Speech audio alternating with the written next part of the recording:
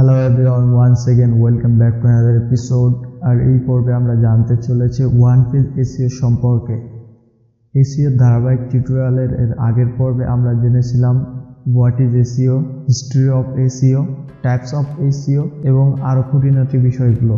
তার ধারাবাহিকতায় আজকে আমরা জানতে চলেছি ওয়ান পেজ এসইও কী। ওয়ান পেজ এসইও সম্পর্কে একটি বেসিক ইনফরমেশন আমরা এই ভিডিওতে কভার করব, কারণ ওয়ান পেজ এসইওর ভিতরে অনেকগুলি ফ্যাক্টর রয়েছে যেগুলি মূলত একটি ভিডিওতে কভার করা পসিবল হচ্ছে না, যার কারণে আমি এর ধারাবাহিকতায় দুই তিনটে ভিডিও আমি পাবলিশ করব।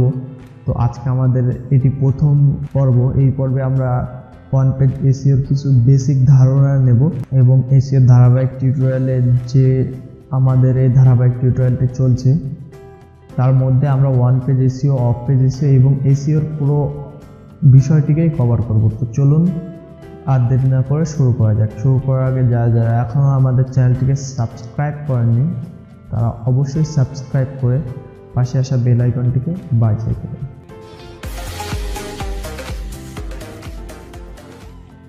আমরা চলে এসেছি আমাদের স্ক্রিনে। তো আমরা যদি এখান থেকে ক্লিক করি এবং সেখান থেকে আমরা বিষয়টিকে দেখি, তো এখানে প্রথমে যেটি আসছে যে what is SEO, history of SEO, এইগুলি আমি আগের ভিডিওতে কভার করেছিলাম এবং তার সাথে আমি এটিও কভার করেছিলাম যে অন পেজ এসইও সম্পূর্ণ নিজের কন্ট্রোল থাকে এবং অফ পেজ এসইও আর টেকনিক্যাল এসইও দুটোর ভিতরে কিছুটা কম্বাইন আছে। সো তার ধারাবাহিকতায় আজকে আমরা এসইওর প্রথমে একটা ইন্ট্রোডাকশন নিয়ে নিই যে what is on page SEO, অর্থাৎ অন পেজ এসইওটা কী।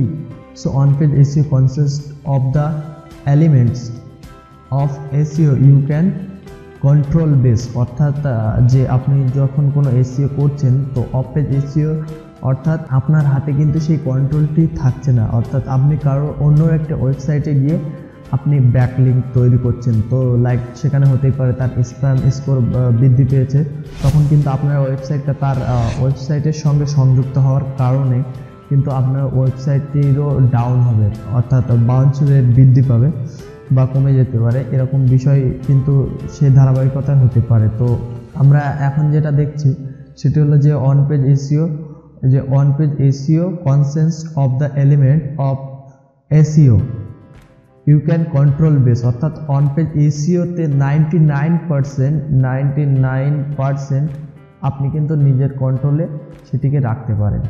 যার কারণে আপনি অন পেজ এসইওর ভিতরে যদি আমি বলি তাহলে হেডিং সেটি কিন্তু আপনি করতে পারেন, মেটা ডিসক্রিপশন সেটি চেঞ্জ করতে পারেন। তো এগুলি কিন্তু অন পেজ এসইওর ভিতরেই পড়ছে। দেন তারপরে আমাদের অন পেজ এসইওটি কখন করব, when to do on page SEO আমরা কখন করব। তো এখানে ওয়ান টাইম সেট আপ, অর্থাৎ একবার কি সেটা করব, তো একবার সেট আপ করার ভিতরে সেখানে আমরা যদি একবারই সেট আপ করি, এমন কিছু জিনিস আছে যেগুলি আমরা একবারই সেট আপ করি, যেমন HTTPS SSL সার্টিফিকেট, এগুলি কিন্তু আমাদের একবারই সেট আপ করা লাগে।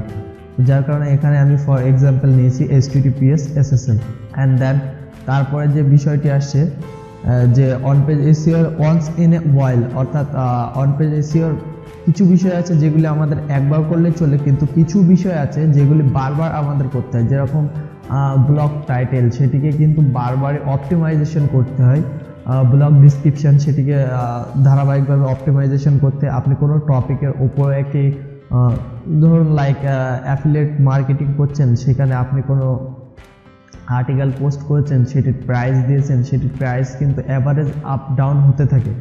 তো সেই আপ ডাউন হওয়ার বিষয়টি কিন্তু আপনার ওয়েবসাইটে প্রতিনিয়ত আপডেট করতে হবে, না হলে কিন্তু গুগল র্যাঙ্কিংয়ে আপনার ওয়েবসাইটটিকে সেইভাবে দেখাবে না, হয়তো নিচে দেখাবে।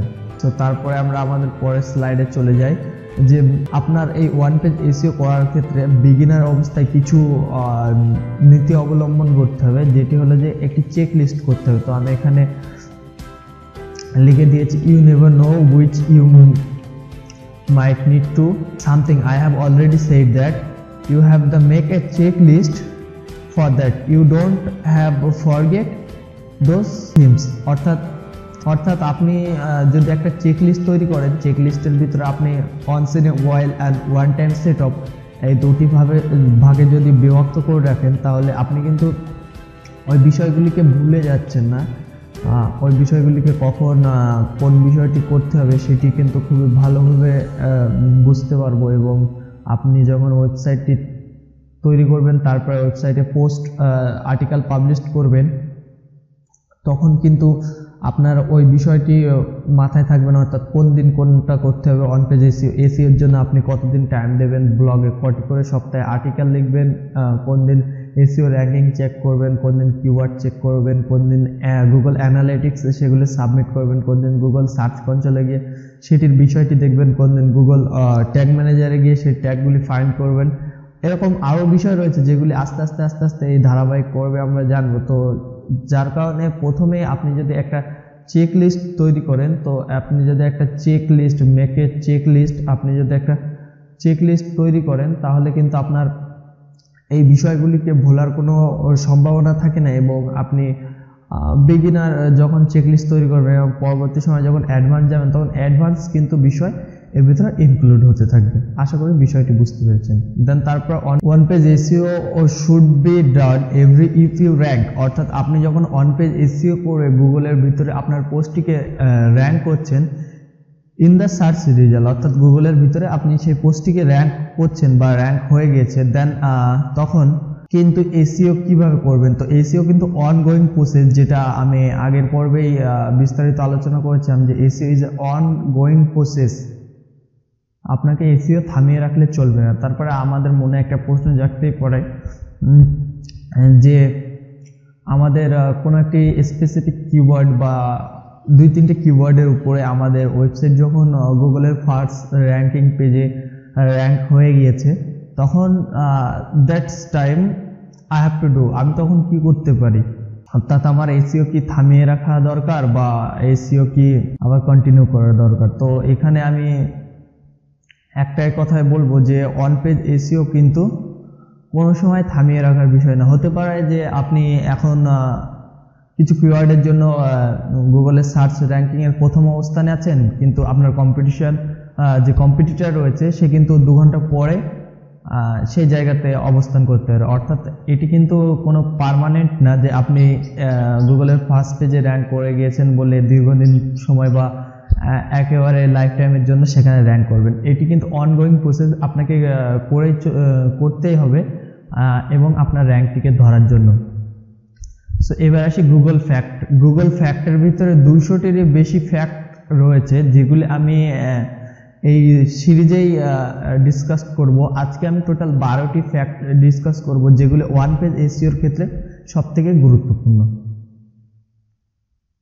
ঠিক আছে, তো এই জন্য এখানে আমি লিখেছি some of the one page SEO fact which do have direct or indirect ranking effect, অর্থাৎ এই ফ্যাক্টগুলি গুগলের যেগুলি অ্যালগোরিদম রয়েছে, যেমন পান্ডা অ্যালগোরিদম রয়েছে, তার গুগলের হামিংবার্ড অ্যালগোরিদম রয়েছে, আরও অ্যালগোরিদম রয়েছে, এগুলো কিন্তু লঞ্চ হওয়ার পরে এক একটা অ্যালগোরিদমে কিছু না কিছু এফেক্ট ওয়েবসাইটের ক্ষেত্রে প্রভাব বিস্তার করেছে। তো এই অ্যালগোরিদমগুলোও আমি এক এক করে আলোচনা করব। তো এই অ্যালগোরিদমগুলোর জন্য যদি আপনারা স্পেসিফিকভাবে ভিডিও চান, তাহলে নিচে অবশ্যই কমেন্টে লিখে জানাবেন। তো প্রথম যে ফ্যাক্টটি রয়েছে যে ওয়েবসাইট শুড বি ক্রলেবল, অর্থাৎ আপনার ওয়েবসাইটকে যখন গুগলের ক্রল বা গুগলের বট বা স্পাইডার এসে আপনার ওয়েবসাইটকে ক্রল করবে, তখন সে যদি নিজেই না বুঝতে পারে, তখন ইউজারকে কি সে শো করাবে। ওই জন্য আপনার ওয়েবসাইটকে শুড বি ক্রলেবল, আপনার ওয়েবসাইট অবশ্যই ক্রলেবলের হতে পারে। তারপর ইউজার ফ্রেন্ডলি ইউআরএল,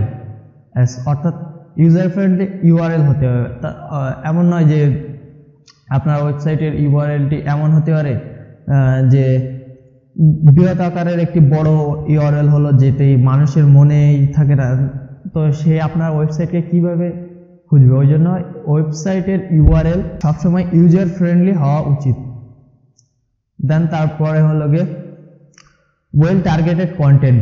আমরা সকলেই কিন্তু জানি কন্টেন্ট ইজ দ্য কিং, অর্থাৎ আপনার ওয়েবসাইটে যদি কন্টেন্ট সঠিকভাবে উপস্থাপন করতে পারেন, তাহলে কিন্তু আপনার ওয়েবসাইটের র্যাঙ্কিং এফেক্টটা অনেক বেশি বৃদ্ধি পাবে, যার কারণে আপনার ইনকামও কিন্তু অনেক বেশি পরিমাণে বৃদ্ধি পাবে। দেন তারপরে কিওয়ার্ড অপটিমাইজেশন, অর্থাৎ আপনি কিওয়ার্ড ড্রাফটিং না করে কিওয়ার্ডকে অপটিমাইজেশন করতে হবে। এর জন্য বিভিন্ন টুল রয়েছে, যেগুলির নিয়ে আমি দু একটি ভিডিও আপলোড করেছি এবং এই বিষয়ে আমাদের একটা প্লেলিস্টও রয়েছে যেখানে আমি আরও ভিডিও আপলোড করব।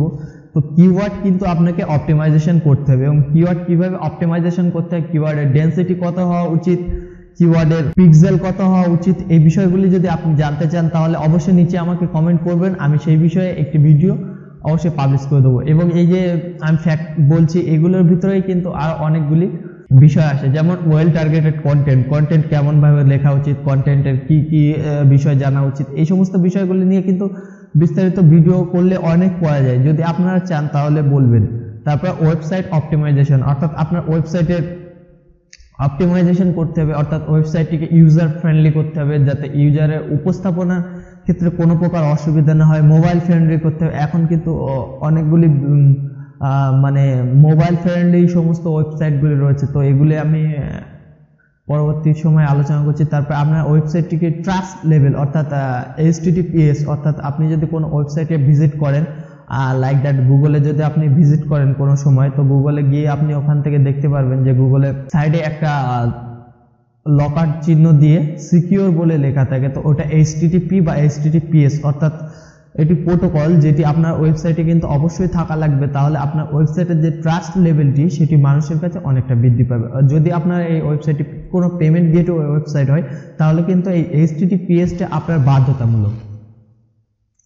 দেন তারপরে ইমেজ অপটিমাইজেশন, ইমেজের হাইট কত হবে, ইমেজের ওয়েট কত হবে, ইমেজের হরাইজন্টাল হবে না ভার্টিক্যাল হবে, ইমেজের কত কেবিতে হওয়া দরকার, ইমেজ কত এমবিতে হওয়া দরকার, এই সমস্ত বিষয়গুলি নিয়ে কিন্তু ইমেজে অপটিমাইজেশন করতে হয়। তো এই বিষয়ে যদি আপনারা ভিডিও চান সেপারেটলি আমাকে কমেন্ট করবেন, আমি ভিডিও পাবলিশ করে দেবো।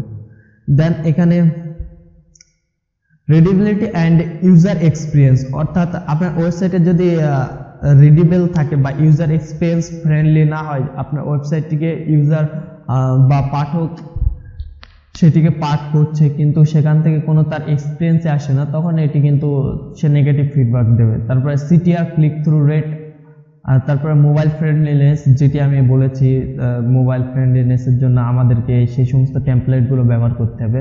And then quality outbound link, quality outbound link যদি বলতে হয় যে আপনার ওয়েবসাইটটিকে ভিতরে আপনি যে আউটবাউন্ড লিঙ্কটি দিচ্ছেন, ইনবাউন্ড লিঙ্ক এবং আউটবাউন্ড লিঙ্ক। ইনবাউন্ড লিঙ্ক বলতে বোঝায় আপনার ওয়েবসাইটের কোনো পোস্ট রিলেটেড আর একটা পোস্ট লিখে তার ভিতরে আপনার ওই পোস্টের লিঙ্কটিকে প্রবেশ করছেন, দু এক জায়গায় দিচ্ছেন, সেটি কিন্তু ইনবাউন্ড লিঙ্ক হয়ে যায়। এবং আউটবাউন্ড লিঙ্ক বলতে যেটি বোঝায় সেটি হলো যে আপনার ওয়েবসাইটে কোনো একটি পোস্ট লিখছেন এবং সেই পোস্ট রিলেটেড অন্য একটি ওয়েবসাইট, অর্থাৎ অপর কোনো ব্যক্তির ওয়েবসাইটে সেই লিঙ্কটি আপনি এখানে দিচ্ছেন, তো সেটি কতটা কোয়ালিটিফুল ওয়েবসাইট সেটি কিন্তু এখানে মেনশন করে আউটবাউন্ড লিঙ্কের জন্য।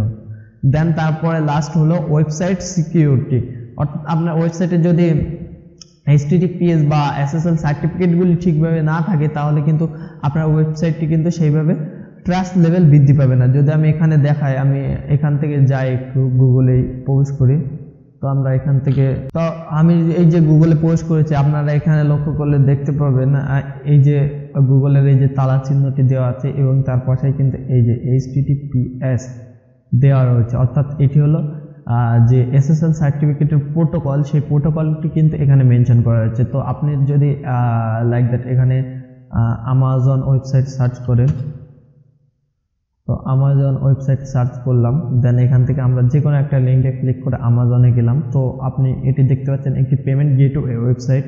তো আপনি এখানে যদি লক্ষ্য করেন তা কি দেখা যাচ্ছে, সেই লক চিহ্ন বা তালা চিহ্নটি আছে, তার মানে কি ওয়েবসাইটটি ফুললি সিকিউর এবং এই ওয়েবসাইটে যখন ডোমেইন রেজিস্টার করা হয়েছে তখন কিন্তু সেখানে একটা SSL সার্টিফিকেট অপশন থাকে যেটি কিন্তু ইনেবল করতে হয়। আশা করি বোঝাতে পেরেছি। তো আজকের ভিডিওতে আমরা জানলাম introduction to one page SEO, on page SEO ongoing process, এটিকে থামিয়ে রাখা যায় না। যদি আপনার ওয়েবসাইট কোনো কিওয়ার্ডের উপর র্যাঙ্ক করে তবুও কিন্তু আপনার ওয়েবসাইটকে আপনাকে কন্টিনিউ করে যেতে হবে। দেন তারপরে আমরা জানলাম একটি ম্যাক চেক লিস্ট তৈরি করতে হবে এবং এসইও একটা অনগোয়িং প্রসেস, সেটি আমরা জানলাম। তারপরে আমাদের মনে কি কি প্রশ্ন আসতে পারে সেগুলি আপনারা নিচে অবশ্যই কমেন্ট করবেন। তারপরে ওয়েবসাইটে 12 ফ্যাক্টর আমরা জানলাম, বাট 200 ফ্যাক্টর রয়েছে যেগুলি যদি আমি এই ধারাবাহিক পর্বে সমস্তগুলিকেই ডিসকাস করব।